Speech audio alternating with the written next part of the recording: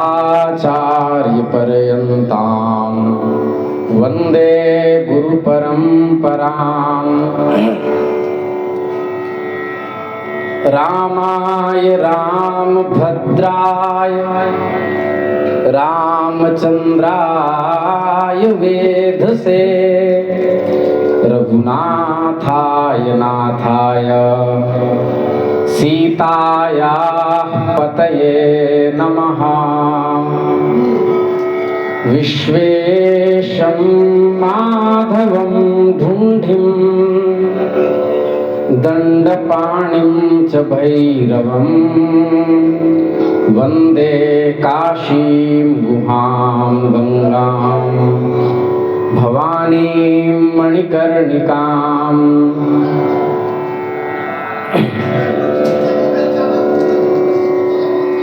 कर्पूरगौरं करुणावतारं संसारसारं भुजगेन्द्रहारं सदा वसन्तं हृदयारविन्दे भवं भवानी सहितं नमामि। हे ढुण्ढिराज मणिकर्णिसुरापगेन्ना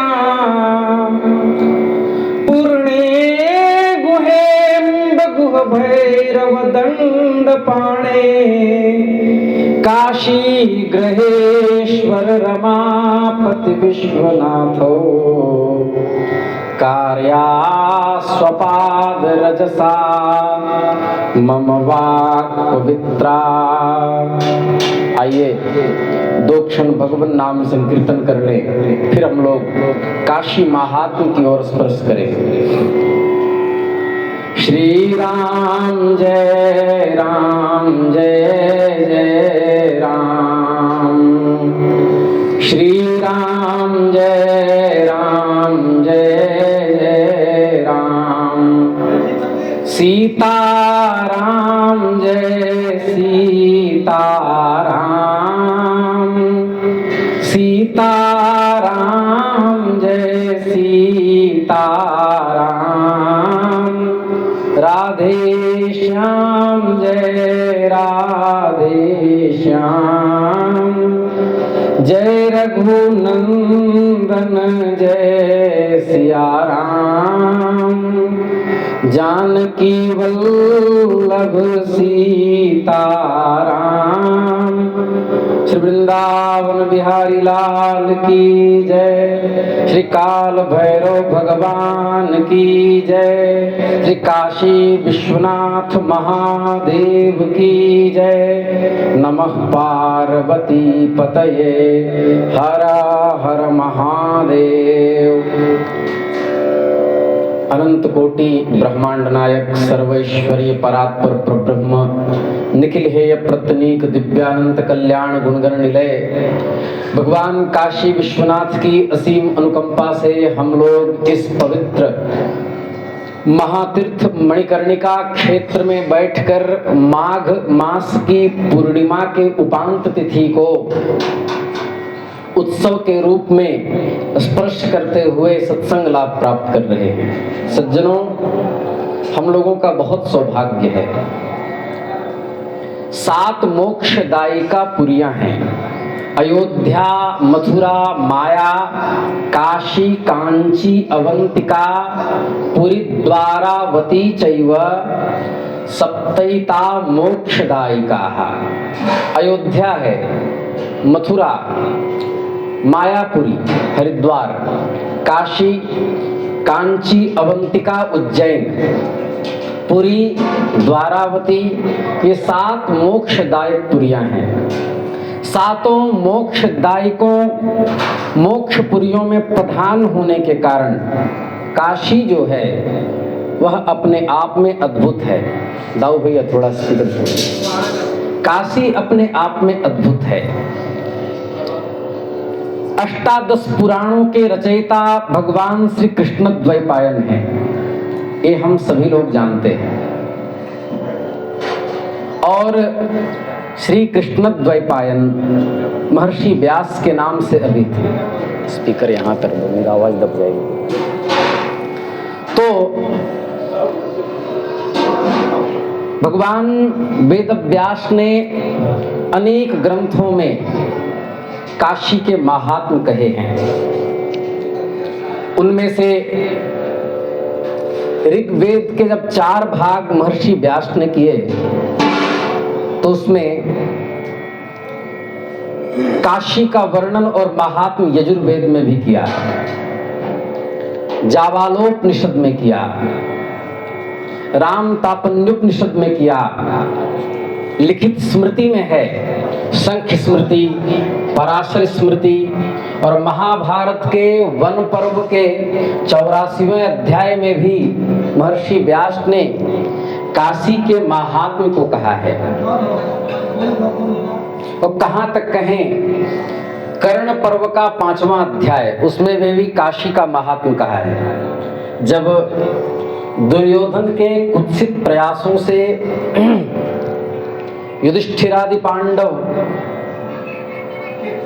वनवास के लिए गए, उस समय भारतवर्ष के सभी तीर्थों का स्पर्श उन्होंने किया और उनके साथ 1 लाख ब्राह्मण चलते थे और नित्य सत्संग का आश्रय लेकर के महर्षि व्यास के संरक्षण में पांडवादि ऋषि ये वनवास को प्राप्त हो रहे थे। उसमें कई स्थानों पर काशी का महात्म कहा गया। शिव पुराण, लिंग पुराण, ब्रह्म वैवर्त पुराण, काशी खंड, ब्रह्म पुराण का 11वां अध्याय, उसमें भी काशी खंड, और नारदीय पुराण के उत्तरखंड 29वें अध्याय का 29वें अध्याय, 48वां अध्याय और 51वां अध्याय देखें, वहां भी काशी की चर्चा है। काशी की चर्चा वामन पुराण में है, मार्कंडेय पुराण के 8वें अध्याय में है, वामन पुराण के 3रे अध्याय में है। पूरे काशी के चर्चा से अर्थात कहें कि संपूर्ण पुराण सराबोर हैं, वो है काशी। न्याय सिद्धांत मुक्तावली की दिनकरी टीका में काश्याम मरणान मुक्ति, काशी में मृत्यु को प्राप्त होने से मोक्ष की प्राप्ति होती है, इस पर विद्वानों ने बड़ा विमर्श किया है कि काश्याम मरणान मुक्ति वा काशते प्रकाशते इति काशी ज्ञान प्रकाशे मुक्ति, इस पर चर्चा की और उस पर एक पक्ष निकल करके सामने आया कि बिना तत्व ज्ञान के मुक्ति नहीं होती, किंतु अन्य काशी खंड, स्कंद पुराण आदि ग्रंथों में ये पाया गया कि स्वर्गद्वार मपावृतम, उसके सामने जो मणिकर्णिका क्षेत्र था, वहां पर कोई व्यक्ति अपनी माता का अस्थि विसर्जन करने के लिए ला रहा था और उन्हें वैकुंठ की प्राप्ति हो गई, शिवलोक की प्राप्ति हो गई। तो यहाँ पर न्याय के विद्वान यहाँ पर रुक गए, अर्थात इसका आशय स्पष्ट नहीं कर पाए। तो स्वामी श्री राम सुखदास जी महाराज और सेठ श्री जयदयाल गोविंदका जी महाराज, गीता प्रेस के उत्पत्ति करता, ये उस समय धर्म सम्राट स्वामी श्री कृपात्री जी महाराज के पास आए और वहां आकर ये बात रखी। 2 प्रश्न था।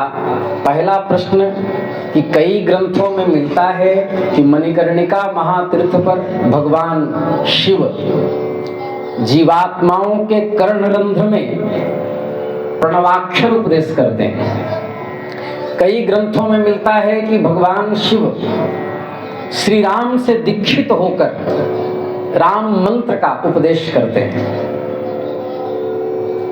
तब इसमें प्रमाण क्या माना जाए और समाधान क्या हो, क्योंकि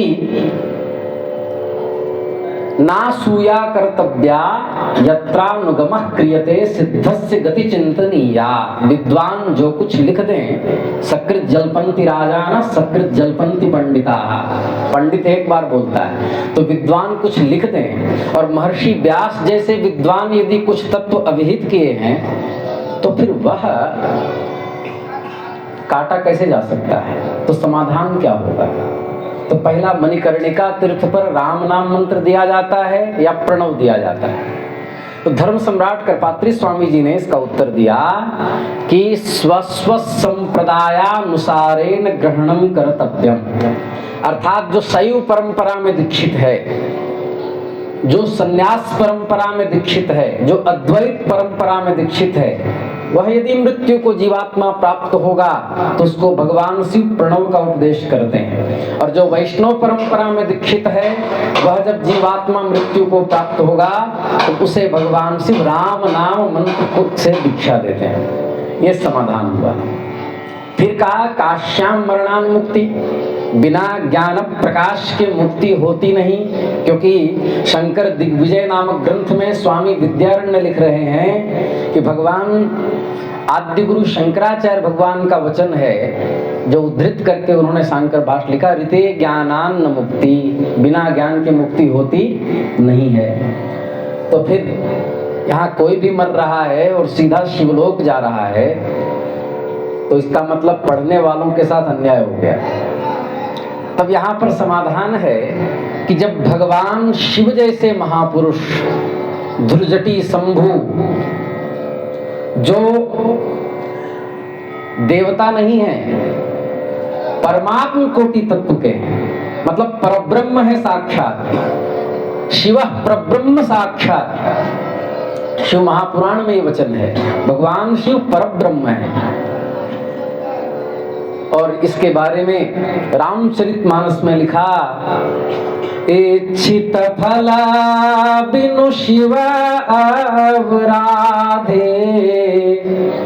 लहई न कोटि जोग जप साधे। बिना भगवान शिव की आराधना के कोटि योग यज्ञ तप व्रत मखदान सब कर ले, लेकिन उसको फल की प्राप्ति नहीं होती।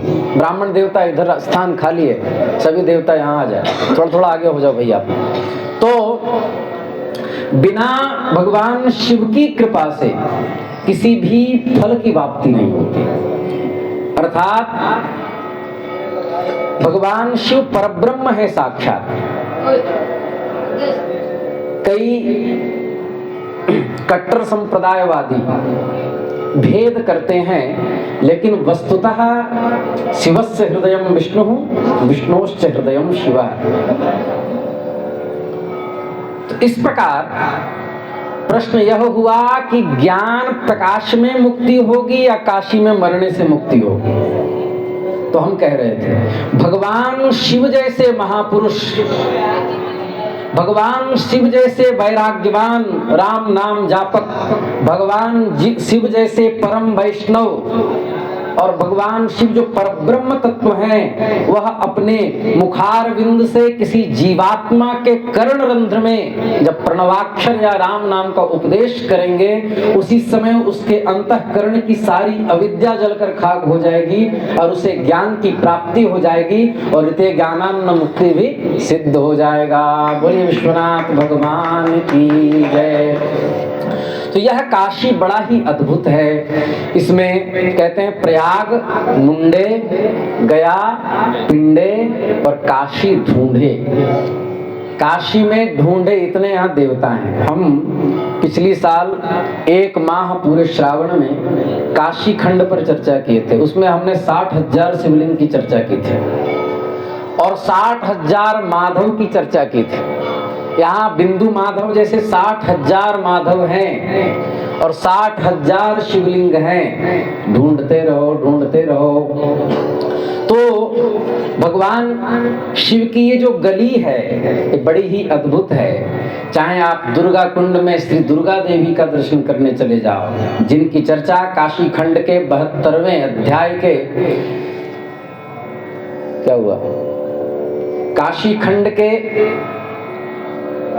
83वें अध्याय में जिनकी चर्चा है, मंगला गौरी चले जाओ लक्ष्मणा घाट पर, मंगला गौरी माता का दर्शन करो, कितना ढूंढोगे।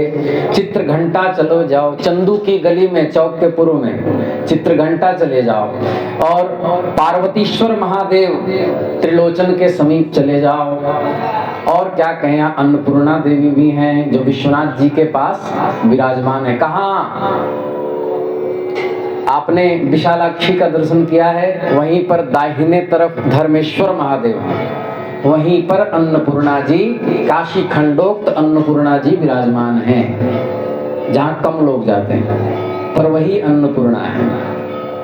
तो अन्नपूर्णा चले जाओ, जैतपुरा के समीप चले जाओ, महामुंडा भगवती का दर्शन करो, मध्यमेश्वर चले जाओ, कंपनी बाग मध्यमेश्वर महादेव का दर्शन करना चाहिए। चंद्रकूप के समीप सुभद्रा देवी भी यहाँ विराजमान हैं, और राम घाट पर राम जन्म का दर्शन कर सकते हो। मच्छोदरी के पास गली में कामेश्वर महादेव हैं, और पशुपतीश्वर महाल में भगवान पशुपतीश्वर का दर्शन करना चाहिए।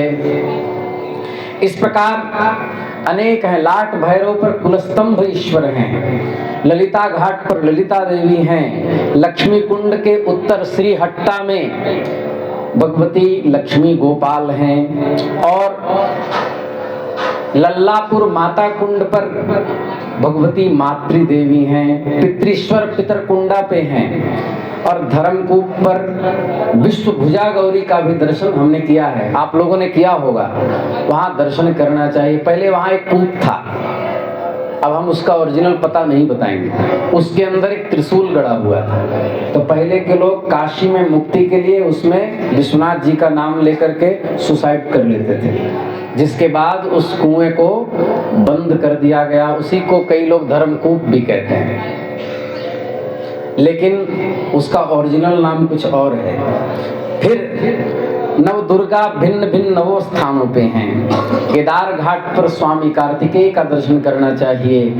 काशी भर सर्वत्र काशी महायात्रा करनी चाहिए। प्रसिद्ध भैरवनाथ, उनका काल भैरव तो प्रसिद्ध ही है। सबसे पहले काशी कौन आए थे? क्योंकि समय पंगत का भी हो गया है, संकेत में मैं सत्संग कर रहा हूं। जब राजा दिवोदास ने काशी का नेतृत्व संभाला, तब दिवोदास इतने उच्च कोटि के पुण्यात्मा थे कि 56 विनायक, 9 दुर्गा, 12 आदित्य, ये सभी भगवान विश्वनाथ ने भेजे कि दिवोदास के जीवन में सोने से लेकर उठने तक शास्त्र विरुद्ध कोई भी कर्म दिख जाए तो उनको मैं काशी से त्याग पत्र देकर मैं विराजमान हो सकूं। और वर्षों वर्षों तक सभी देवता यहाँ आए, किंतु राजा दिवोदास के जीवन में इतना भी छिद्र दिखाई नहीं दिया।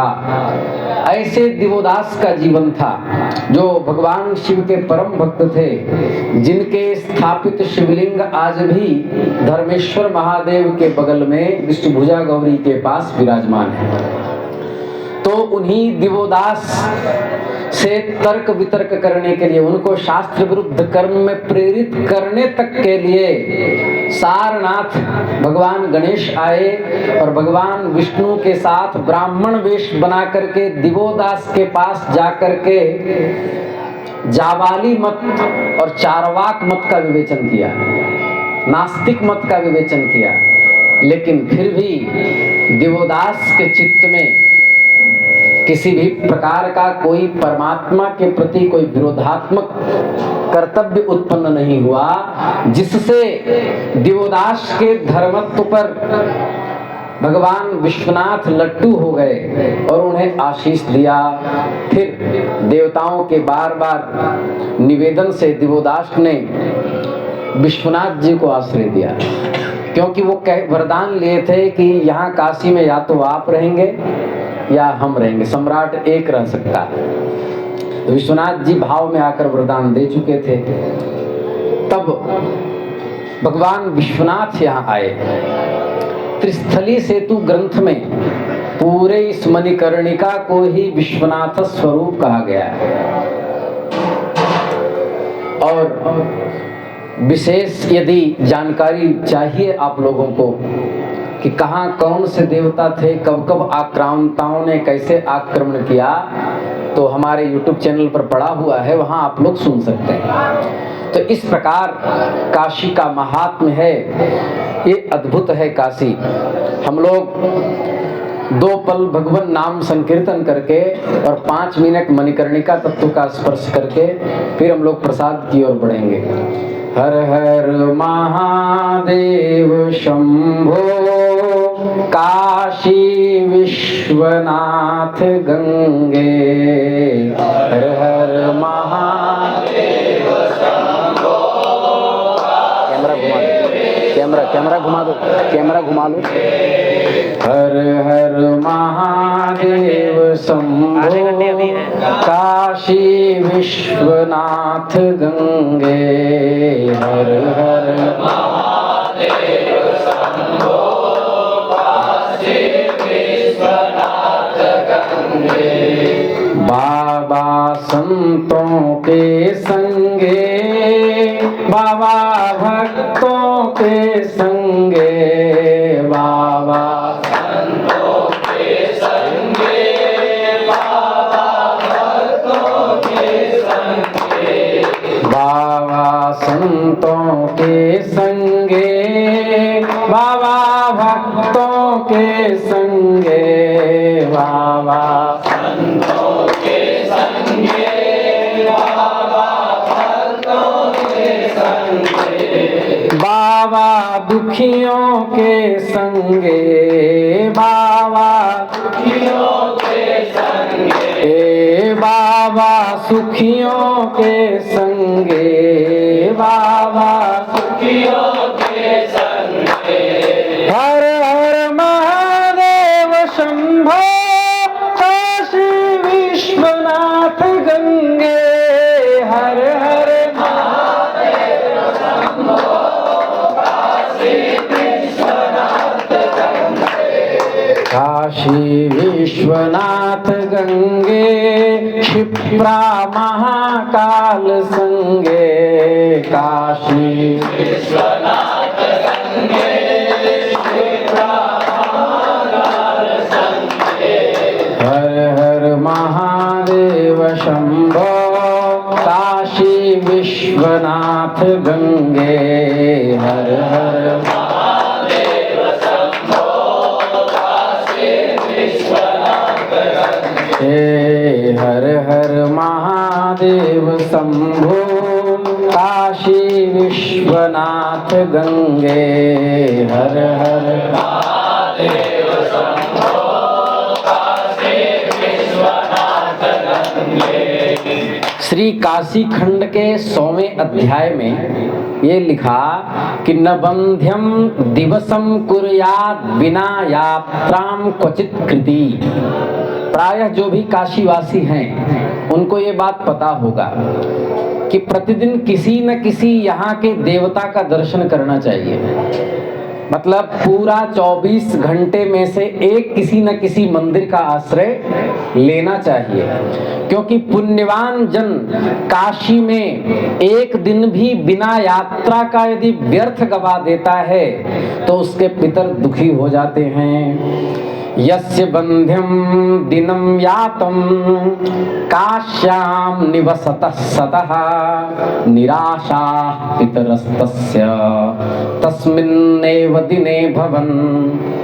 काशीवास करने वाले जिस सज्जन का दिन व्यर्थ बीत जाता है, जो किसी एक देवी देवता का भी दर्शन दिन भर में नहीं करते, उस दिन उसके पितरगण निराश होकर उसे शाप दे देते हैं। इसीलिए यदि सिद्धि विनायक के बगल में हो तो आशीर्वाद जरूर ले आओ, और कहीं कपिलेश्वर महादेव के बगल में हो तो जरूर चले जाओ।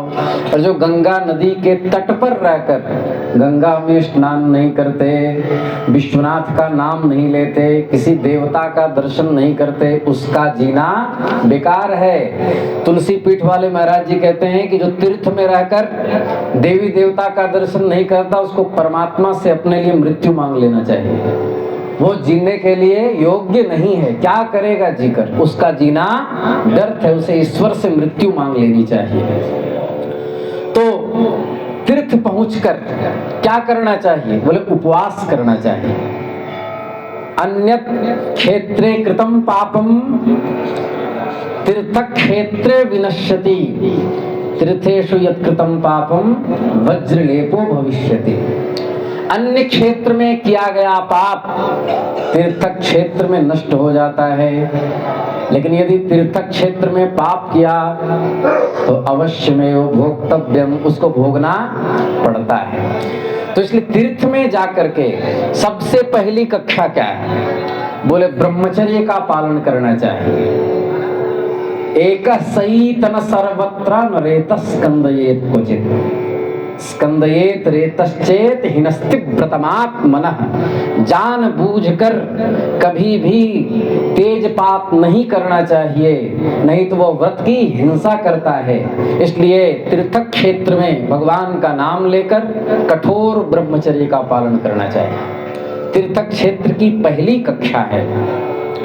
तीर्थ क्षेत्र में मुंडन कराना चाहिए और क्या करना चाहिए? स्नान करना चाहिए, श्राद्ध करना चाहिए, तर्पण पिंडदान करना चाहिए। यात्राओं में जाने पर यदि गृहस्थ जन यदि काशी जाएं तो वहां पर क्या करना चाहिए? बोले वहां पर संतों के लिए वस्त्र, उनकी आजीविका के लिए कुछ धन, कुछ अन्नोपार्जन। अच्छा, एक बात लिखी है काशी खंड में कि विद्यार्थी को ज्यादा धन नहीं देना चाहिए जिससे वो बिगड़ न जाए। ज्यादा धन देने से भी यजमान को पाप लगता है। आजकल क्या है, विद्यार्थियों को यजमान प्रसन्न होकर एप्पल मोबाइल गिफ्ट करते हैं, पर ऐसा नहीं करना चाहिए। विद्यार्थियों को वेद दान करो, शास्त्र दान करो, और जितना में वो भटके नहीं उतना ही धन दान करना चाहिए। विद्यार्थी और संतों को भी, संत और विद्यार्थी को ज्यादा दक्षिणा नहीं देनी चाहिए, उतनी ही देनी चाहिए। काशी खंड में लिखा है जितना में उनकी आजीविका चल सके, उससे कम भी नहीं देनी चाहिए।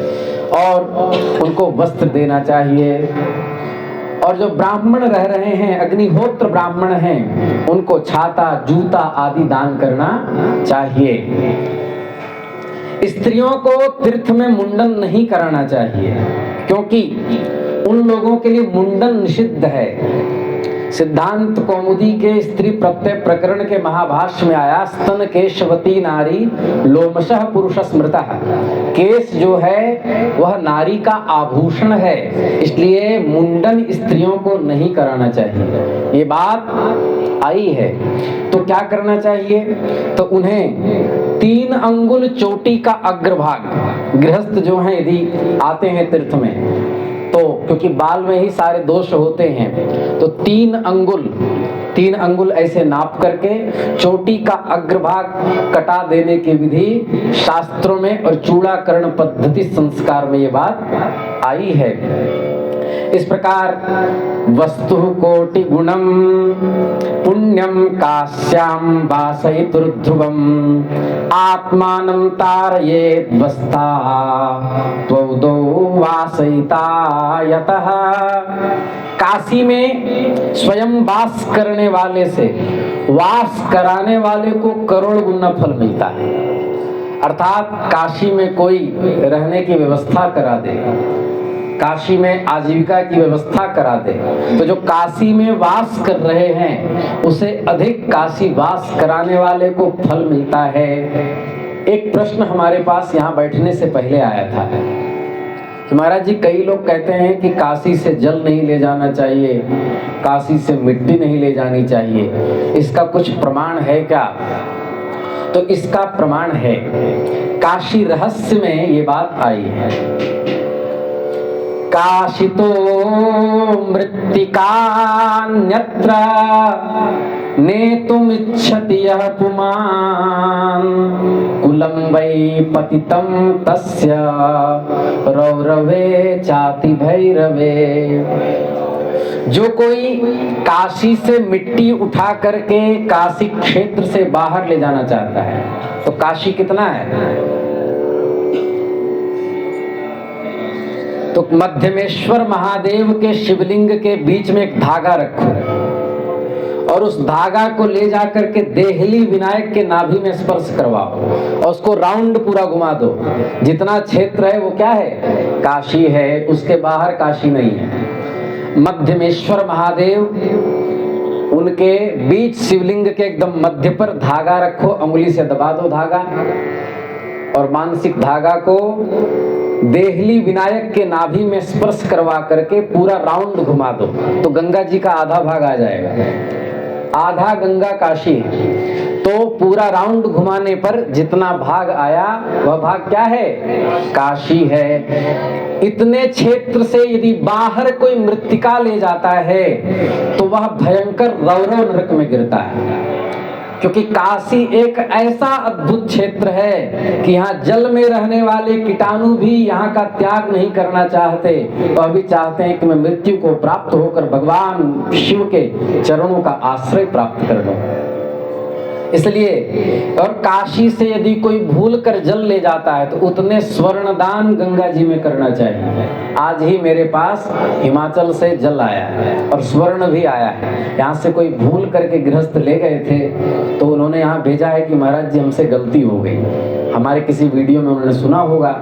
तो काशी से मिट्टी या जल काशी से बाहर नहीं ले जाना चाहिए। तो यदि ले जाना है तो कहां से ले जाएं? आप डोमरी चले जाइए और मणिकर्णिका के ही सीधे में उस पार से जल उठा सकते हैं। इस क्षेत्र से जल नहीं ले जाना चाहिए। इस प्रकार काशी में नित्य तीर्थ यात्रा करनी चाहिए। और क्या करनी चाहिए? तो हम लोग जहां बैठे हैं उसकी महिमा है। चक्र पुष्करिणी तीर्थे स्नातव्यं प्रतिवासरं पत्रैः पुष्पैः फलैस्तोयैः पूज्यो विश्वेश्वरः सदा। चक्र पुष्करिणी तीर्थ मणिकर्णिका कुंड। आप यहाँ से जब सीढ़ी से नीचे उतरेंगे तो एक जाली सा बना हुआ चरण चिन्ह है जिसे विष्णु पादाब्ज चिन्ह कहते हैं। वहां भगवान विष्णु एक पांव पर खड़े होकर के 50,000 वर्ष तक तप किया था। उन्होंने ठाकुर जी ने तप किया था और विश्वनाथ जी के विरह में उनके नेत्रों से जो अश्रु निकले वही मणिकर्णिका कुंड हुआ।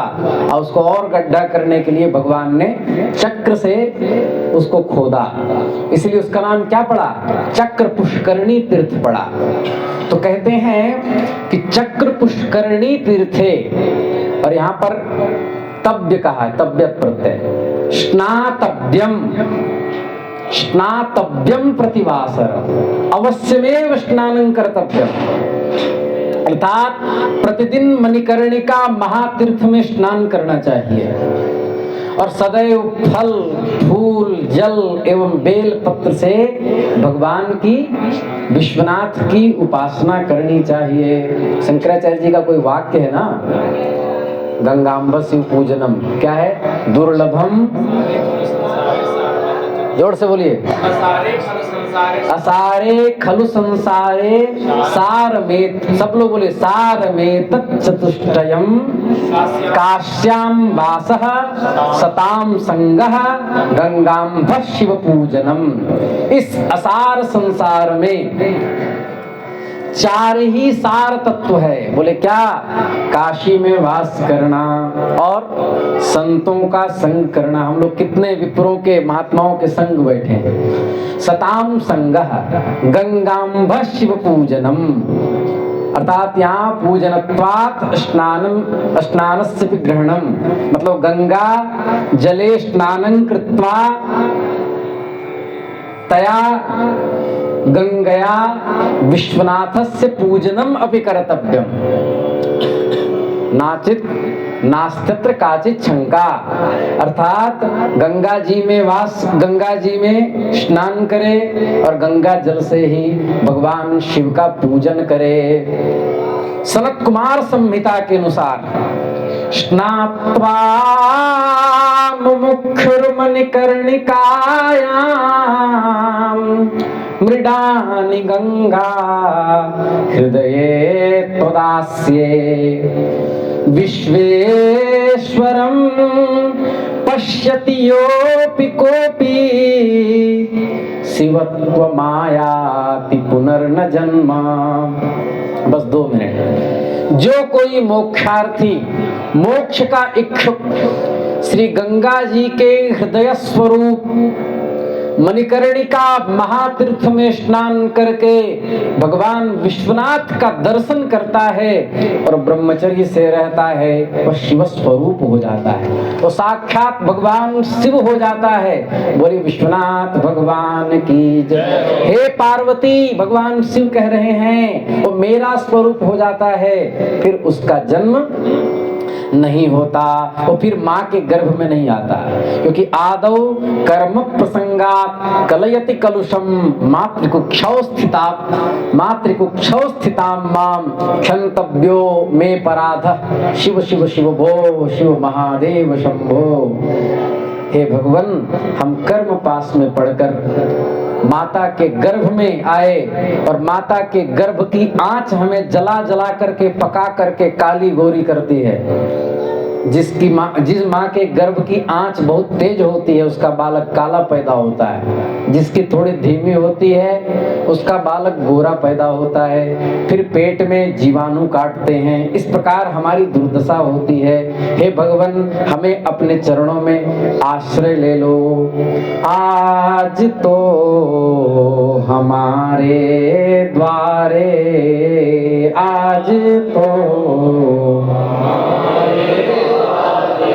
भोलेनाथ आए, भोलेनाथ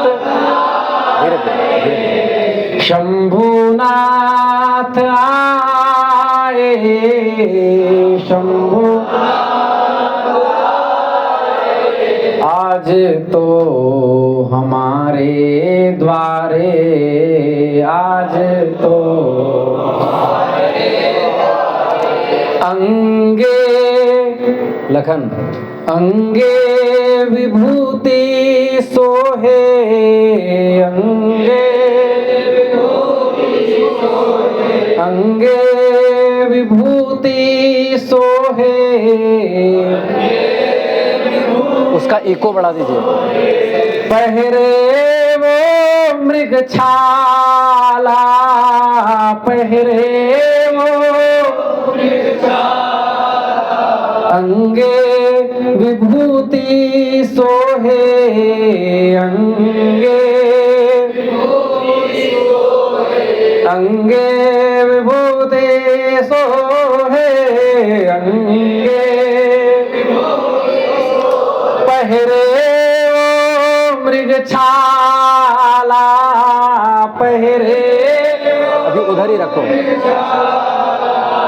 कंठे विष सोहे, कंठे गले नाग डाले, गले नाग डाले। आज तो हमारे द्वारे, आज तो हमारे द्वारे शंभुनाथ आए, शंभुनाथ आए, भोलेनाथ आए, भोलेनाथ आए। सब सखी मिली मिली, सब सखी कहने लगी उमा से, हंसने लगी पार्वती तेरो बड़ो भाग पार। मन से गाइए, तानसेन का भजन है। पार्वती तेरो बड़ो भाग, पार्वती तेरो शंभुवर पाए, शंभुवार, आज तो हमारे द्वारे, आज तो कहत गोनितान सेन, कहत गोनितान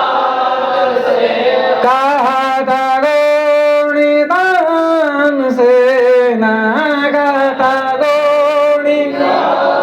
कहत गोनितान सेन, कहत गोनितान सेन। सुन लो बैजू बावरे, सुन लो,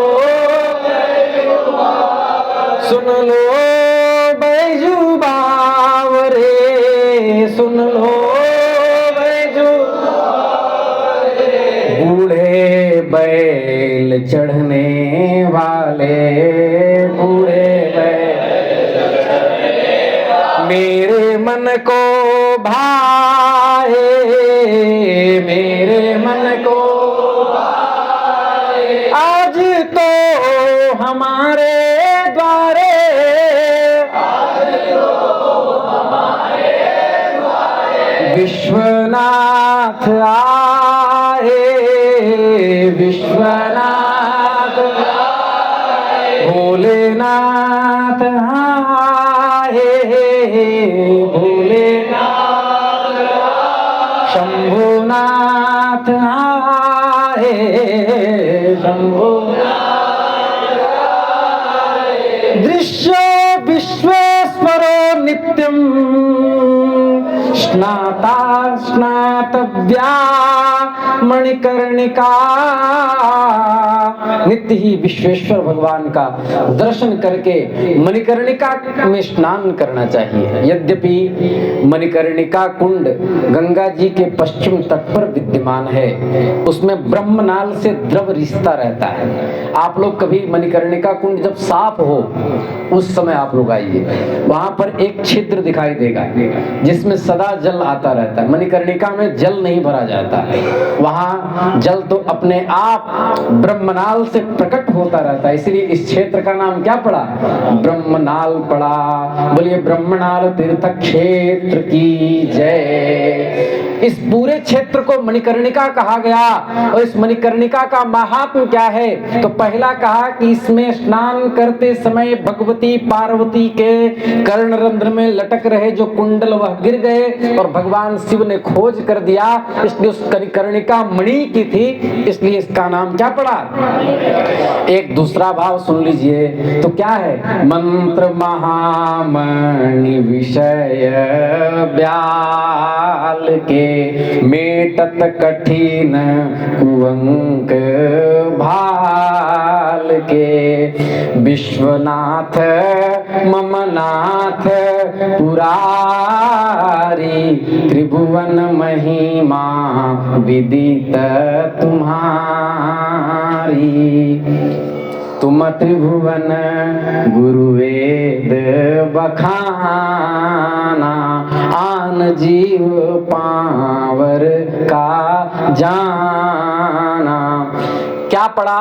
बोले रामचरितमानस में कहा मंत्र महामणि विषय ब्याल के। मंत्र महामणि किसे कहा गया? रामोत्तर तापन्योपनिषद का प्रथम अध्याय, उसमें लिखा मंत्र महामणि कौन है? राम नाम जो मणि है वो महामणि है, उसे महामंत्र कहा गया। जिसकी उपासना करके ही, जिस महामंत्र की उपासना करके भगवान शिव ने भगवती पार्वती को भगवती जानकी के बाल लीला चरित्र को सुनाया, जो जानकी चरितामृतम नामक ग्रंथ में मोदलता जी ने लिखा है। तो मंत्र महामणि है। ये क्या है? मंत्र महामणि दी जाती है कर्णिका में, जहां पर उसे क्या कहा जाता है? मणिकर्णिका कहा जाता है। बोलिए मणिकर्णिका महातीर्थ की जय। यहाँ पर मंत्र महामणि दिया जाता है, इसलिए इसका नाम क्या पड़ा? मणिकर्णिका पड़ा। यहाँ आकर के और विषय भोगों में नहीं रत होना चाहिए, काम क्रोध लोभ आदि के वशीभूत नहीं होना चाहिए। यहाँ आकर के जो रावण का भाव है वो भाव उद्धृत करना चाहिए और भगवान से पुकारना चाहिए। क्या? विलोल लोल लोचनो ललाम भाग लग्नकः शिवेति मंत्रमुच्चरन् कदा सुखी भवाम्यहम्। हे नाथ, आपके विरह में रोते रोते मेरे कपोलों पे अश्रुओं से फफोले पड़ गए हैं। आप कब आओगे? हमारा आपके बिना कोई नहीं है, हम आपके शरण हैं। जयत्वदभ्र विभ्रमत भ्रमत भुजंगमश्वसत विनिर्गमत क्रमस्फुरत कराल बालह व्यवाट धिमित धिमित धिमित ध्वनन मृदंग तुंग मंगल ध्वनि क्रम प्रवर्तित प्रचंड तांडव शिव। तो इसलिए यहाँ पर आकर के भगवान का स्मरण करना चाहिए, यज्ञ करना चाहिए, क्योंकि यज्ञ के अंत में भी वही प्राप्त होते हैं, स्मरण के अंत में भी वही प्राप्त होते हैं, पुराणों के अंत में भी वही प्राप्त होते हैं, सबका निष्कर्ष वही है। इसलिए कहा अखर्व सर्व मंगला, आगे कदा कदम्ब मंजरी रसा प्रवाह माधुरी विजृंभणा मधोव्रतम स्मरांतकम, स्मरण के अंदर स्मर स्मरांतकम पुरांतकम भवांतकम मखांतकम गजांतकांतकांतकम तमंतकांतकम भजे।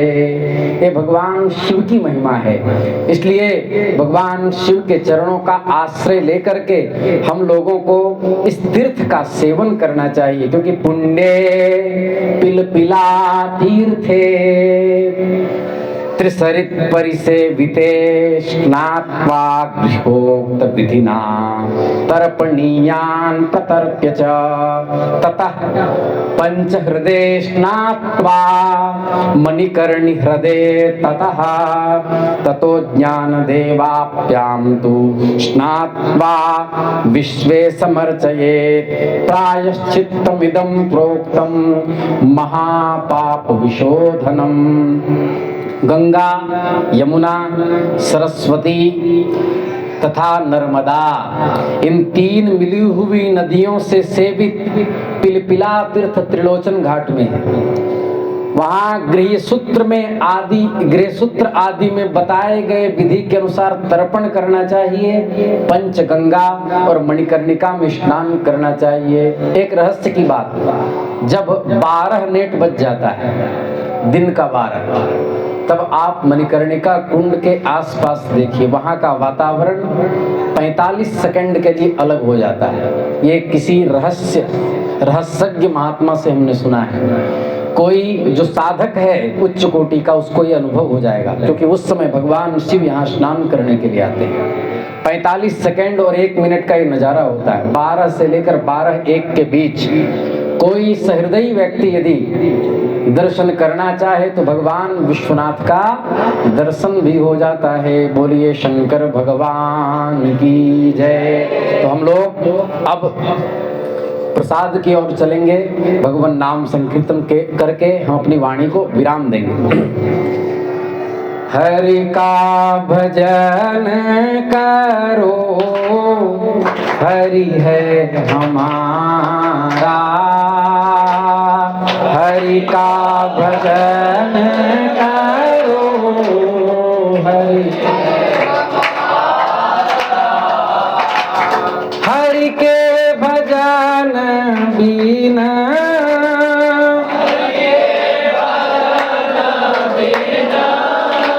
हर के भजन बिना,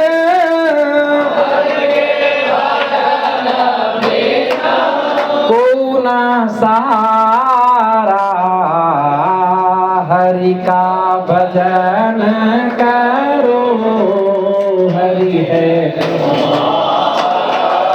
हरि नाम लेने से काम बनेगा, हरि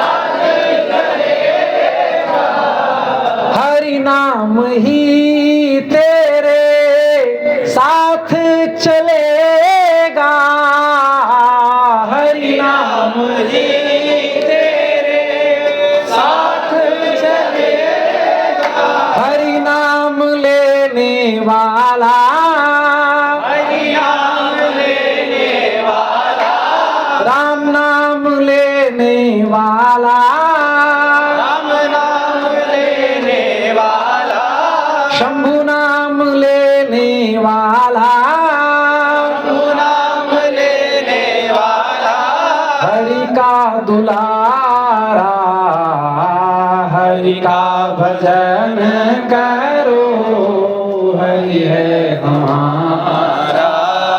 कोई कहे सीताराम, कोई कहे राधे श्याम, कोई कहे सीताराम, कोई कहे राधे श्याम, कोई गोविंद गोपाल, कोई राधा माधव गाए, कोई गोविंद गोपाल, कोई राधा माधव गाए। वही एक प्राण प्यारा, वही एक प्राण प्यारा, सबका सहारा, हरि का भजन करो, हरि है हमारा।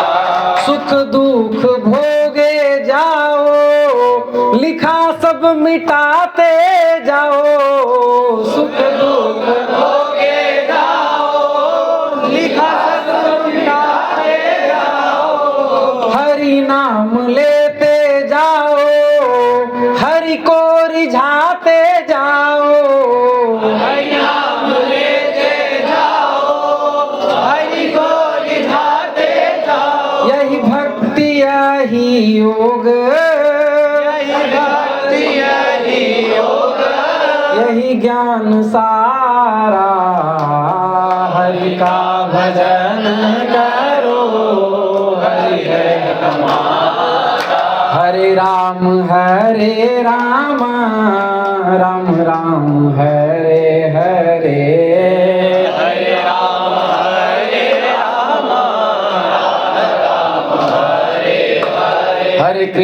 हरे कृष्ण कृष्ण कृष्ण हरे हरे, हरे कृष्ण कृष्ण कृष्ण हरे हरे। काशी विश्वनाथ भगवान की जय हो। आप लोग बड़े सौभाग्यशाली हैं कि बाला त्रिपुर सुंदरी भगवती के चरणों में प्रसाद प्राप्त कर रहे हैं। यह जो मंदिर है, यह आगम शास्त्र की पद्धति से इसका निर्माण हुआ है। इस मंदिर का महात्म है कि यहाँ 12 वर्ष तक कोई सप्तशती का पाठ यदि निष्ठा पूर्वक करता है तो वो दुर्गा स्वरूप हो जाता है। ये मंदिर तांत्रिक पद्धति से बनी हुई है। चारों कोनों में 4 शिवलिंग है। दरवाजे के सन्मुख इधर शार्दूल हैं और उधर नंदी हैं और नीचे हनुमान जी हैं, लगभग 550 वर्ष पुराने। इसलिए यह बड़ा ही दिव्य स्थल है। सामने गंगा जी प्रसरित हो रही हैं। इसलिए हम लोग बड़े सौभाग्यशाली, निश्चित ही ठाकुर जी की हम लोगों पर कृपा हो गई है। एक विशेष जानकारी देनी थी। जो भी ब्राह्मण बटुक ब्रह्मचारी आए हैं, कृपा करके वो लोग शिला वस्त्र जो भी धारण किए हैं वो शिला वस्त्र उतार दें। ये आप लोग को जानकारी दे दी गई होगी। और आप लोग ऊपर अचला ऐसे लगा करके और 20-21 ब्राह्मण उस छत पे, यहाँ से रास्ता बना है, मेरा जो छत है उस छत पे विराजमान हो जाएंगे और बाकी श्रृंखलाबद्ध से यहाँ बैठ जाएंगे। और उस छत पे जो भी विराजमान होंगे उनके शरीर पर शिला वस्त्र नहीं होगा। इसलिए बटुक ब्रह्मचारी यहाँ भी जो बैठेंगे, जो ब्रह्मचारी हैं, वो शिला वस्त्र उनके शरीर पर ना हो। ठीक है। काशी विश्वनाथ भगवान की, अन्नपूर्णा महारानी की, ढूंढीराज गणेश जी महाराज की, उत्तराखंडेश्वर महादेव की, मंगला गौरी माता की, गवस्तीश्वर महादेव की, मणिकर्णिका महातीर्थ की, मणिकर्णिकेश्वर महादेव की, बाला त्रिपुर सुंदरी भगवती महारानी की, अलवर महादेव की, सिद्धि विनायक भगवान की, श्री कौशलानंद बापू जी की, सतगुरुदेव भगवान की, जगत गुरु यति चक्र चूड़ामणि श्री रामानंदाचार्य भगवान की, जगत गुरु श्रीमदाद्य भगवत पाद शंकराचार्य भगवान की, योगी राज परम तपस्वी सिद्ध सम्राट श्री पहाड़ी बाबा सरकार की, भक्तमाल भाष्यकार सिद्ध संत श्री भक्तमाली जी महाराज की, श्री मलुकदास जी महाराज की, श्री सतगुरुदेव भगवान की। नमः पार्वती पतये हर हर महादेव।